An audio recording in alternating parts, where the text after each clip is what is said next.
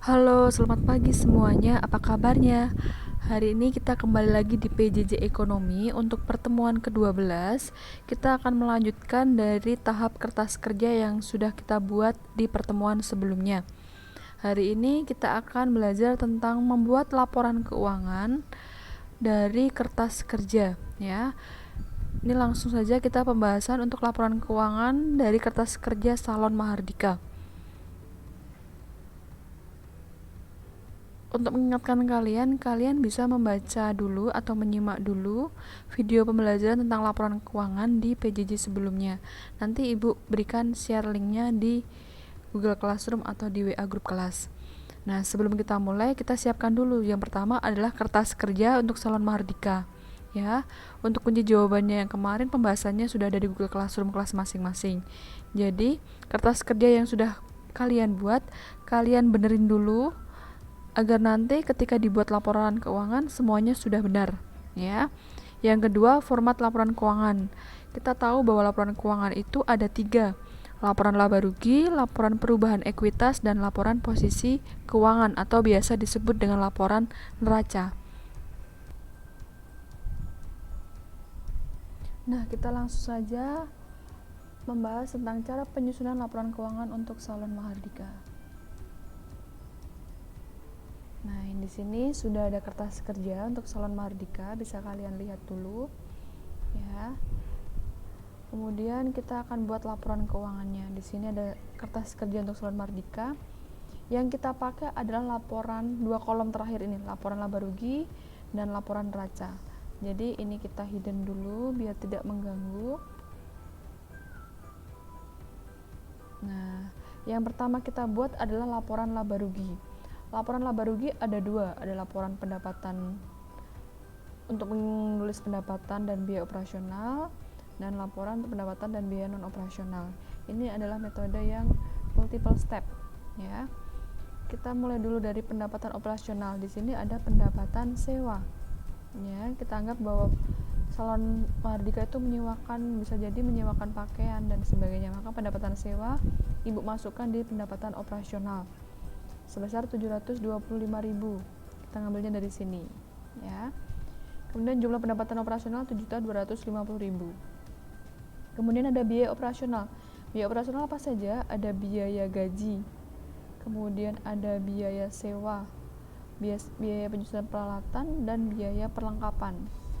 Angka yang di sini kalian tinggal masukkan saja, ya.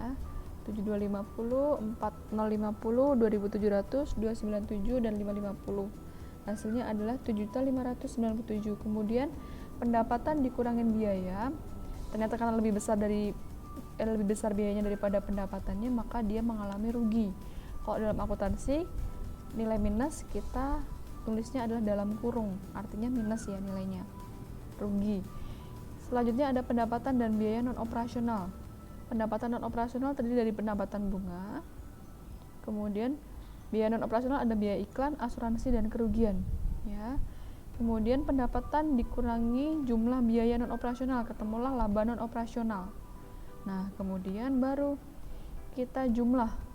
Ini dijumlah dengan ini, minus 34.700 ditambah 4.837.500. Hasilnya 4.490.500. Hasil ini harus sama dengan hasil yang laba bersih yang sudah kalian buat di kertas kerja, ya. Kalau hasilnya berbeda pasti ada di sini yang keliru. Oke. Jika sudah, angka di sini nanti akan kita pakai untuk membuat atau kita masukkan dalam laporan selanjutnya yang harus kita buat, yaitu laporan perubahan ekuitas. Kita masukkan dulu ya di sini ya. 4.490.500 di laba bersihnya, ya, di sini. Ini kita hidden dulu. Oke. Kita lanjut ke laporan perubahan ekuitas. Di sini ada modal awal. Modal awal diperoleh dari yang di sini, ya. Modal awalnya berapa? 6.100.000. Nah, kita tulis di sini 6.100.000. Laba bersihnya diperoleh dari laba bersih yang ada di laporan laba rugi 4.490.000. Kita tulis di sini laba bersih 4.490.500. Kemudian karena ada prive, maka prive itu akan mengurangi laba. Privenya berapa, Bu? Privenya kita lihat di sini, privenya ada 1.500.000 ya. Kita lihat di sini 1.500.000. Kita tuliskan di sini, kemudian laba bersih dikurangi prive, ketemulah penambahan modal. Modal awal ditambah penambahan modal, akhirnya ketemulah modal akhir 9.090.500. Nah, kita simpan dulu angka yang modal akhir, nanti kita pakai untuk menyusun laporan perubahan, laporan posisi keuangan ya. Nah, jika sudah laporan posisi keuangan, masih ingat ya, itu ada harta sama dengan utang ditambah modal. Harta lancar apa saja? Ada kas, piutang, cadangan kerugian piutang, dan sebagainya. Tinggal salin saja yang ada di sini, di laporan neraca ini. Kas, piutang, perlengkapan, sewa dibayar muka. Nah, peralatan ini termasuk harta tetap ya. Yang 101010 ini adalah termasuk dari harta lancar. Kalian tinggalkan di sini. Tapi ingat, oh ternyata di sini tuh ada cadangan kerugian piutang. Nah, 10 ya, cadangan kerugian piutang. Ini nanti karena dia di posisi kredit, maka dia nilainya negatif. Ya kan, nilai negatif. Ibu beri tanda kurung karena artinya nilainya negatif. Kalau sudah, kemudian dijumlah ketemulah di sini. Hasilnya sebentar. Kalau dijumlah, hasilnya ketemu di sini. Ini tanda jumlahnya hilang.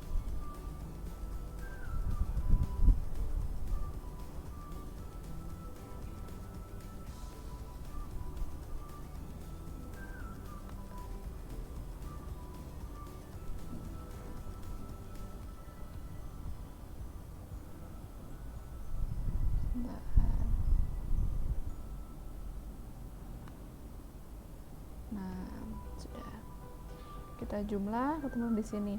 Harta tetapnya ada peralatan dan akumulasi penyusutan peralatan. Ada peralatan satu-satu, di sini di bawahnya ada akumulasi penyusutan peralatan. Dia akan dikurangin dulu peralatannya. Ya, ketemulah di sini jumlah harta tetapnya sekian. Harta sama dengan harta lancar ditambah harta tetap, ketemulah 24.965.500. Nah, setelah itu kita buat utang plus modal. Utang jangka pendek, di sini ada utang usaha, utang gaji, dan sewa diterima di muka. Masih ingat ya, sewa diterima di muka itu termasuk kelompok utang ya. Dapatnya dari sini, memindahkan di sini. Utang usaha, utang gaji, dan sewa diterima di muka. Ini sewa diterima di muka untuk tahun ini 1 juta. Ya, kemudian di sini utang usahanya, nah sewa diterima di muka karena tadi di dalam neraca itu juga dalam kurung, maka di sini juga dalam kurung ya. Oke, kemudian dijumlah hasilnya berapa? Ketika dijumlah hasilnya 15.875.000 rupiah. Ya, ini tanda plusnya. Oke. Kemudian utang jangka panjangnya 0. Jumlah utang adalah ini 15.875.000 rupiah. Modal akhirnya ini diperoleh dari modal akhir di laporan perubahan modal 9.090.500. Ketemulah modal akhir di sini. Kemudian jumlah utang ditambah jumlah modal, hasilnya 24.965.500. Nah, makanya hasilnya sama. Harta harus sama dengan utang ditambah modal. Jika nanti ada yang salah, pasti ada salah yang belum ditulis atau keselip, atau mungkin menghitung penjumlahan atau pengurangannya salah. Oke, bisa dipahami? Jika sudah, nah, oke, kita lanjut untuk latihan soal. Kalian mari mencoba. Silahkan kalian buat laporan keuangan untuk fotokopi Merdeka berdasarkan kertas kerja yang sudah kalian buat di tugas portofolio yang kelima. Ya, Ibu sudah meng-share kunci jawaban dan pembahasan untuk tugas portofolio kelima. Jadi kalian benerin dulu kertas kerja untuk fotokopi Merdeka, baru nanti kalian bisa buat laporan keuangan ya. Pastikan kertas kerjanya sudah benar. Untuk info lebih lanjut tentang teknis bagaimana pengerjaannya dan batas pengumpulannya, Ibu infokan melalui Google Classroom di kelas masing-masing.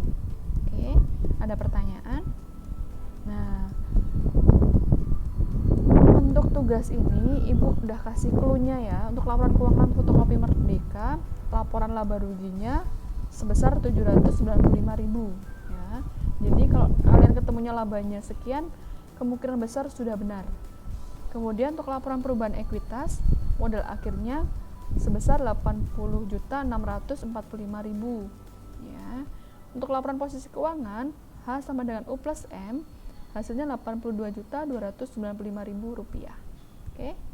Jadi kalau kalian sudah ketemu ini di masing-masing laporan keuangan angkanya sekian, kemungkinan besar sudah benar. Ya. Oke, terima kasih untuk hari ini. Sebagai penutup, Ibu ada pantun. Jika pohon harus dipanjat, kaki jangan melompat-lompat. Jika ingin naik derajat, ilmu dan iman harus diangkat. Oke. Jangan lelah untuk belajar, tetap berdoa. Dan terima kasih untuk perhatiannya dan sampai jumpa.